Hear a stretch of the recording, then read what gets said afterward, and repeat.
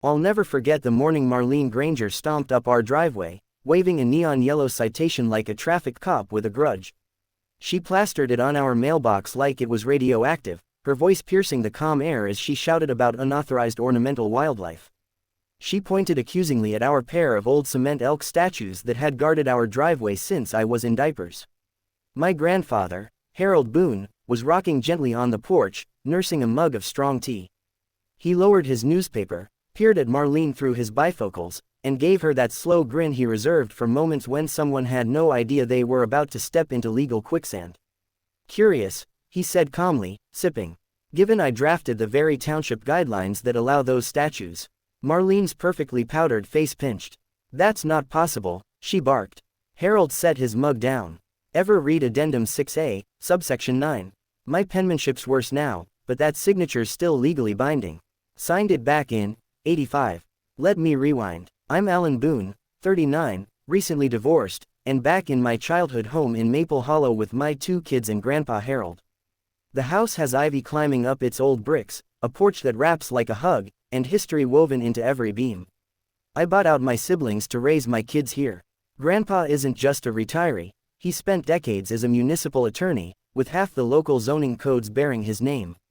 But Marlene Granger, our brand new HOA president and self-titled aesthetic consultant, didn't know who she was tangling with. The elk statues, Bert and Fern, as Grandpa had named them in the 70s, had long been the silent guardians of our driveway. Time had aged them, but they stood with quiet dignity. To Marlene, they were blights, symbols of what she deemed visual discord. She even claimed they disrupted the neighborhood's emotional symmetry. Marlene wasn't just targeting us. Since taking charge, she'd fined the Harrisons for curtains that were too textured, penalized the Lees for a flower bed layout that violated her design theory, and reprimanded old Mrs. Jenkins for using a wind spinner that created optical noise. She even raised an eyebrow at Grandpa's suspenders. "We're setting standards, folks," she muttered. After the first neon citation, the tickets rolled in like bills after the holidays. $30 for excessive oxidation, $60 for prolonged ornamental defiance, $120 for disruptive front yard storytelling. Then came the dreaded certified envelope. On pale lavender stationery, yes, lavender, Marlene issued an official removal directive, threatening fines and possible wall liens if Bert and Fern weren't relocated within a week. That's when Grandpa went into battle mode. I found him in the garage, surrounded by towers of old zoning binders, flipping through them like a seasoned general reviewing battle maps. "Alan," he said, without looking up, "grab the file marked, Town Zoning, 1980-1990. We're about to give Miss Granger a lesson in legislative memory." When Marlene returned, clipboard in hand and dressed like she was headed to a boardroom battle, Grandpa greeted her on the porch with a thick folder.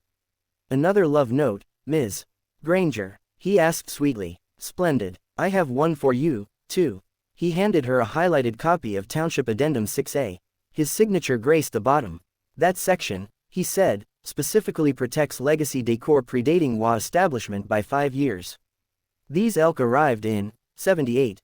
Your HOA began in 2001. Marlene's cheeks flushed. "This can't be enforced." "But it is," Grandpa assured.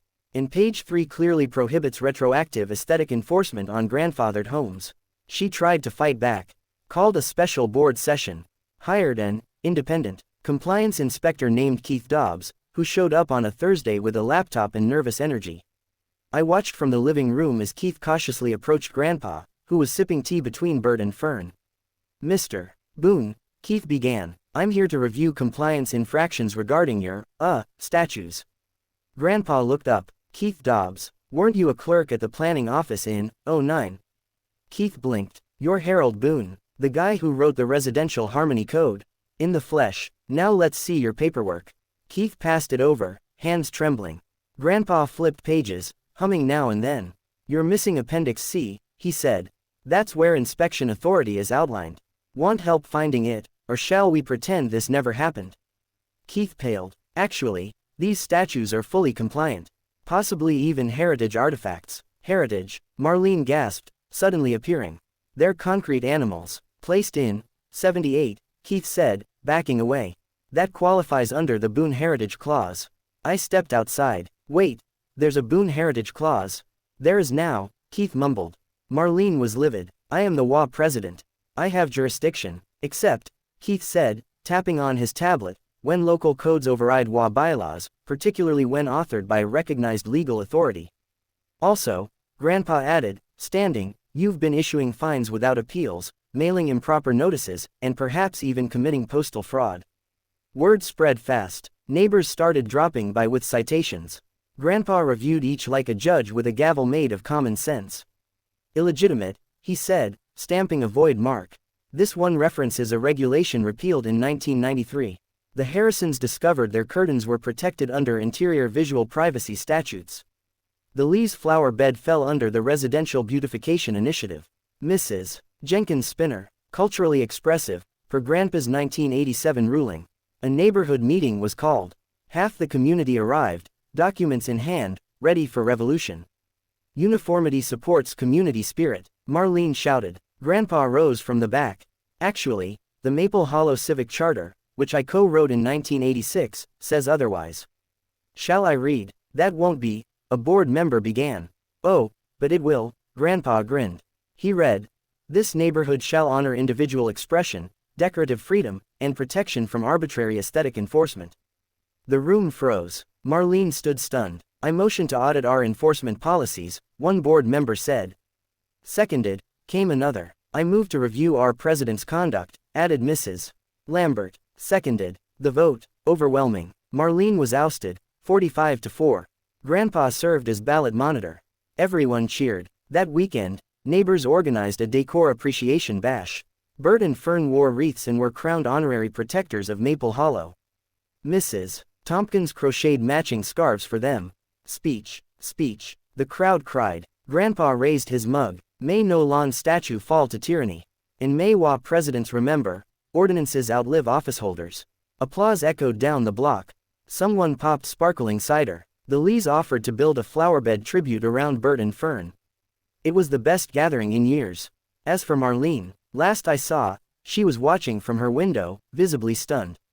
Word was she had to refund $7,800 in fines and was personally fined $2,500 by the township for improper conduct.